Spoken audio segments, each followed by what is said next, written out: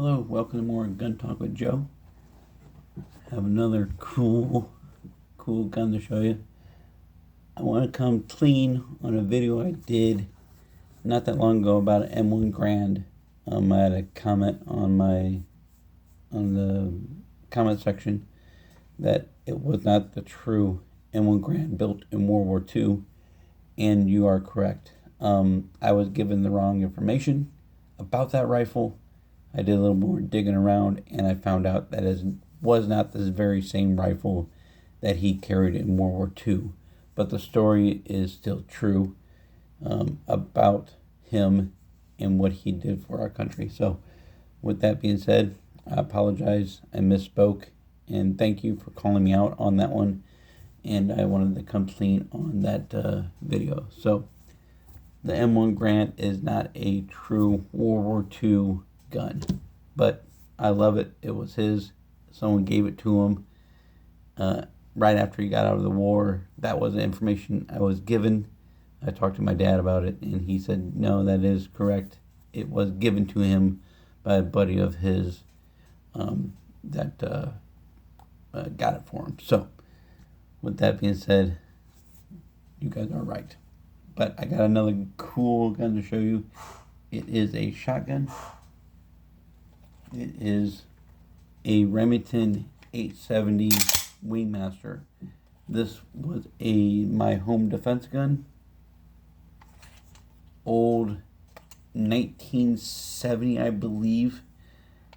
This was a gun that a old ATF agent brought into the gun store that I worked at, and he wanted to trade it in or sell it to get a handgun because he didn't like the shotgun anymore. So when it came in, I seen it. I go, yeah, I gotta have that.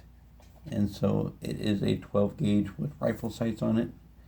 It is I think they called them back then.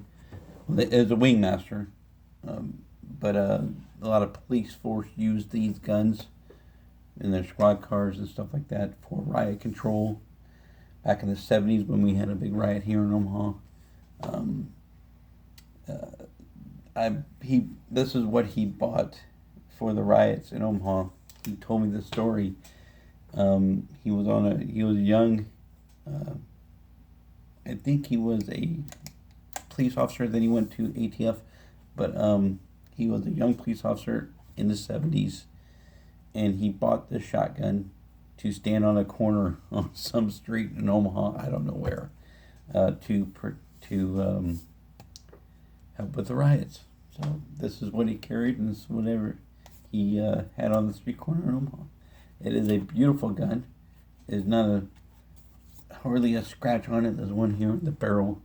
Can't really see it in the video, but it is a awesome shotgun. This is my home defense gun. I do have it loaded. Not right now. It is unloaded, but I do have it loaded with number 5 buck. It is a Remington load, it's a Remington load, number 5 buck. I think there's 27 pellets in there of number 5 buck. So, I actually took this out. My dad is a big dog guy, and he loves field trials and loves training dogs. And so when he went training his dogs, he uses quail to train with. He buys them and trains with quail. And I actually shot a quail with it, with rifle sights on it. So, but the choke on this gun is open. It has no markings on the barrel on what kind of choke it is, but I put a micrometer down the barrel and got the choke, and it is way open. So it is a fine shotgun. They had put no checkering on them. Smooth checkering. Little corncob feel forearm.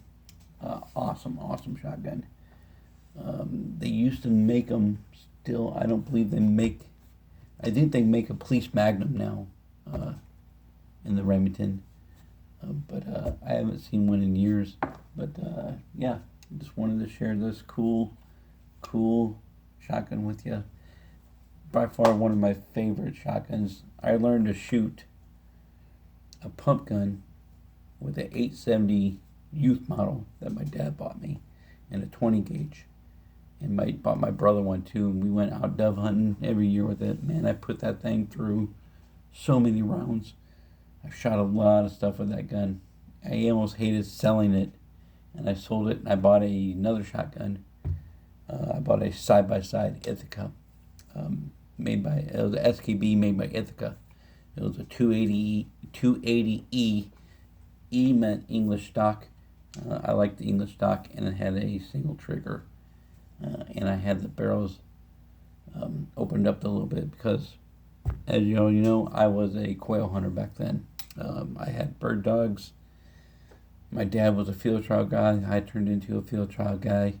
I don't have any more dogs anymore. It's kind of sad, but I still enjoy going out with my dad and hunting quail, wild quail, and just going out and training dogs with them. But that is one of my favorite memories with my dad. He's still alive. He's 75 years old and still goes like there's no tomorrow. He's not as fast as he once was, but he is still active and goes training dogs all the time. And I usually, if I have a day off of work, I'll tag along and we'll have a good company and shoot some birds and have a good lunch. I just like shooting shotguns. Shotguns was my first love. Then I got into, rifles and pistols, and I really got into handguns a lot. But this came through the store that I worked at, and I just had to have it. Everybody knows that sound. It's kind of a universal language. But can't beat a good old-fashioned pump shotgun. I think everybody should own one. I have one in a 20. I have one in a 12.